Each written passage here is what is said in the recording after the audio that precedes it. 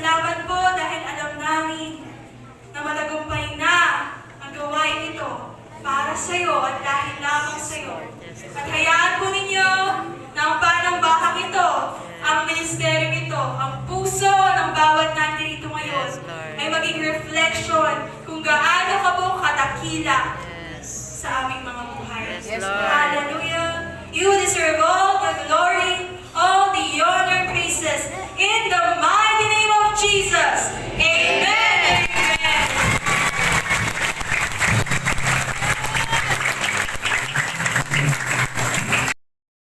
Si Kapitan Pedro Manalastas po. Si Conchal Jose Mangalino. Conchal Rening Candas. At si Conchal Asgar Ali. At si Susan Wanis. Dionisio, ano ba? Si Jamie Dionisio. Joy Ocleaso. Si Conchal Joel Umali po. Si Abby Ramirez. Ayan. Ramirez. Sorry po. Si John Mark Dagis.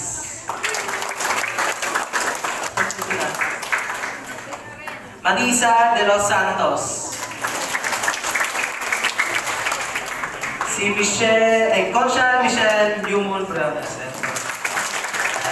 Si Conchal Roland Puno. Si Alma Sunga. Si Sheila Umali. Sheila Boris. Si Mayra Hipolito. Si Agnes Muldo. Dito po sa ating panambahan, wala po tayong si Conchal Marvin Sunga po. Ayan po. Si Conchal Mario Mangalino. Si Gina Manalastas. Si Ponsing Flores. At si Conchal Ray Gampo ako. Dito mo sa ating panambahan, wala pong ibang tinataas, wala pong religion na dala-dala ang galing CCMG. Tanging Panginoong Yesus lamang po ang tinataas ko din sa panambahan at welcome na welcome po kayo sa gawain ng Lord. Announcement po, evangelism meron po every Tuesday ng 8:30 po. Ayun po, evangelism, sama-sama po ng humahayo at maglalagana po ng salita ng Lord.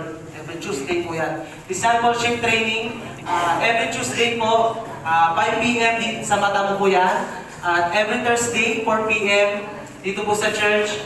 At every Saturday, 4 p.m. dito din po sa church. Sama-sama din po tayo nag-aaral po ng salita ng Lord. Kung sino po ang gusto magpa-disciple, pwede po tayo pumunta kay Pastor Anthony po. Bible studies, every Wednesday, 4 p.m. po yan, kila Tatay Contre. And every Thursday po, 4 p.m. kila Joanne Macalinos sa house. Kung sino po yung mga malalapit na sa bahay po nila, pwede po tayong pumunta para po makarinig po ng salita ng Lord. At Friday church service, every Friday po yan ng 5:30 p.m. Parang ganito rin po, may awitan, syempre hindi po mawala yung salita ng Lord. Prayer meeting po every Saturday ng 8:30 a.m. dito din po sa church. Sama-sama po tayo nananalangin sa mga nais po natin ipanalangin po sa ating Panginoon.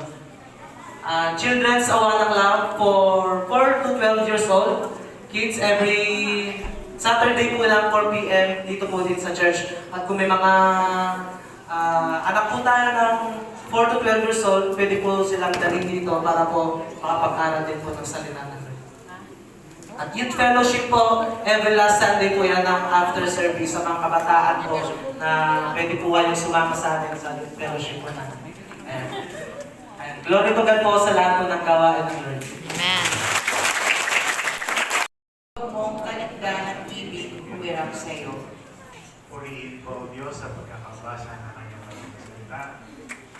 Ngayon po, mga minamahal, kalapit po ng kagalangan sa puso ng ating mga kapatid dito sa ating Personal Church, sa pagdalawin po ng ating mga natutunan sa ating barangay, kundi magkita rin po sa mga kapag-anak at mga tao malalapit sa puso ng ating bishop sa kanyang kaarawan. Ngayon, tayo po'y patuloy na pinagpapala. Tayo patuloy na pinag-bless ng Diyos sa panambahan ito. Dahil minsan pa, tayo ay dinalaw ng isa sa ating mga pinakapaboritong mentor ng ating panambahan. Ating pong palakpakan ng buhay ng Diyos sa buhay ng ating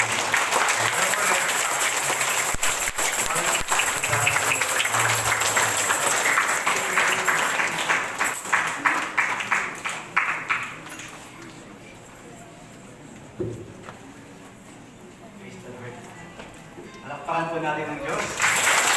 Amen. Ang dami po natin, ano?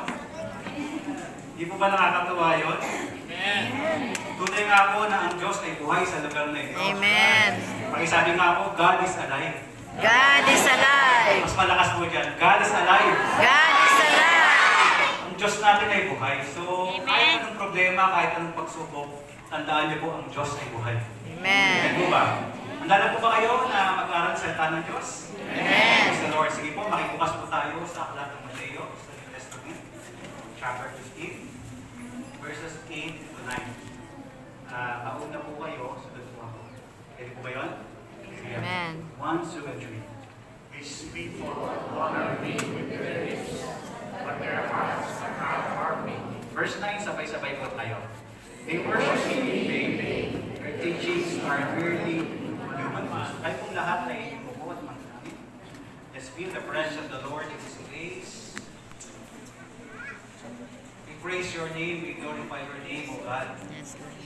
Tunay nga po, Lord, apart from You, we can do nothing. Yes, so good. Ang buhay namin, Lord, po sinalay po namin sa iyo. Yes. Sa mali po meron po kami, Lord, hindi na ba, Panginoon, itong kalakasan namin ay makapagbigay ng ngiti sa iyo.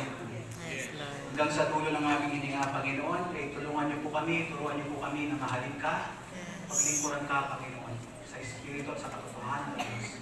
Dalangin namin, Lord, na linisin niyo po ang aming mga puso, ang aming magulang dugo, nang sa gayon, Panginoon, maranasan po namin ang kalapitan niyo. Ano man, Lord, ang mga nagawa namin kasalanan, patawarin niyo po kami. Ang lahat po ay hayag at lantahan sa iyong paningin, O Diyos. Wala po kaming maitatago. Sapagkat, Panginoon, ang ianais po ninyo sa lugar na ito, hindi ang magaramdamin, hindi ko anong katayuan namin, Panginoon, estado ng buhay namin, kundi ang Diyos ay mayroong malinis na puso. Yes, Lord. Lord, we ask for your mercy, O Diyos, na magkaroon kami ng malinis na puso sa oras na ito. Yes, Lord. Nang sa gayon din, Lord, ay magkaroon ang Word of God na makapagbibigay ng transformation sa amin. Ang kami, Lord, ay maging totoong mananampalataya po sa Yes, iyo. Lord. We pray, O Lord, na ang iyong salita, O Diyos, ay tumiyo sa pinakamatabang bahagi ng puso ng bawat isa ngayong umaga ito. Yes. At lalabas po kami, Panginoon, na inspire. Lalabas po kami, Panginoon, na may kagalakan ng Diyos dahil naranasan ka po namin. Maraming po salamat, O Diyos. Pinupuri ka namin, pinapasalamatan at anuman, Lord, ang ginagawang distractions ng kaaway upang mulan kami ng interes sa pakikinig ng iyong salita. Ay po itong inawasak in the name of the Lord Jesus Christ. Lalabas po kami ng bless. Lalabas po kami sa church na ito na revive. Lalabas po kami sa church na ito, Panginoon, na bigtikan kagalakan sa aming puso. Yes, Lord. Salamat po ang banal. We praise your name. We glorify your name. Kung aming dalangin sa pangalan ng Panginoong Isus, ang lahat po'y magkasabi ng Amen. Praise the Lord. Morning. Salamat po. Morning. Tayo po mabawin na. Blessed good morning po sa inyong lahat. Please, wala po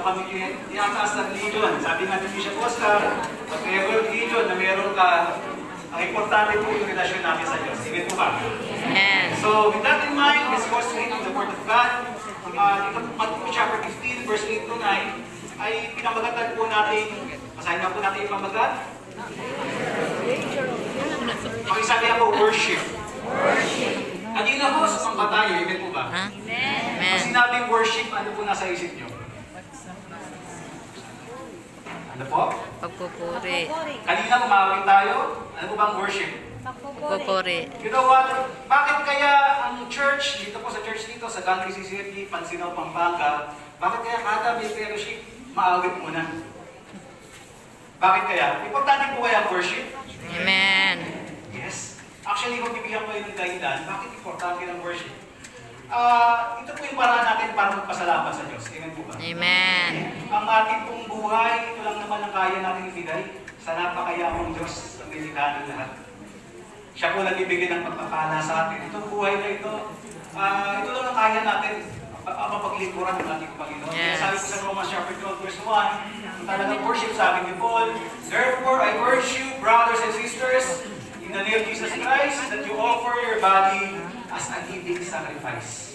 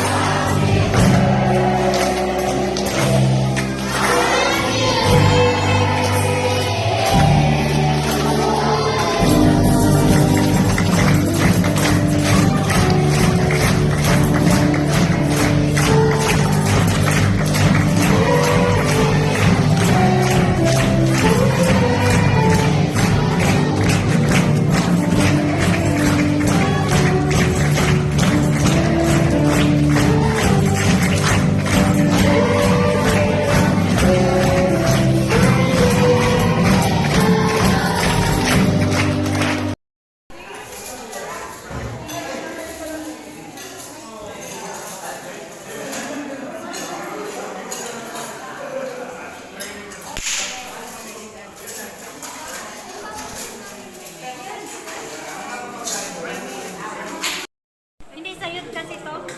Sayot.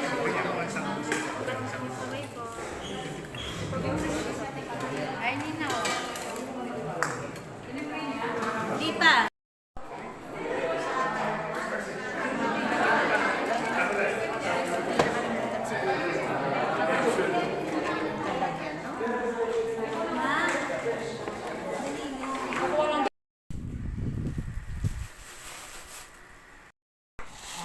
Gagamitin namin. Ay, akin to ma. Akin to. Para maganda yung ano. Oh, line mo dito. Hindi, ito pa. Oh. Diyan ay lahat na yan. Picture mo na yan. Lang tanggalin mo yung kanin na ano.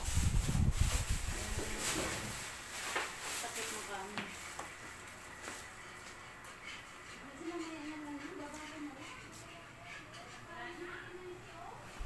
Parang ano din yung ano, karne.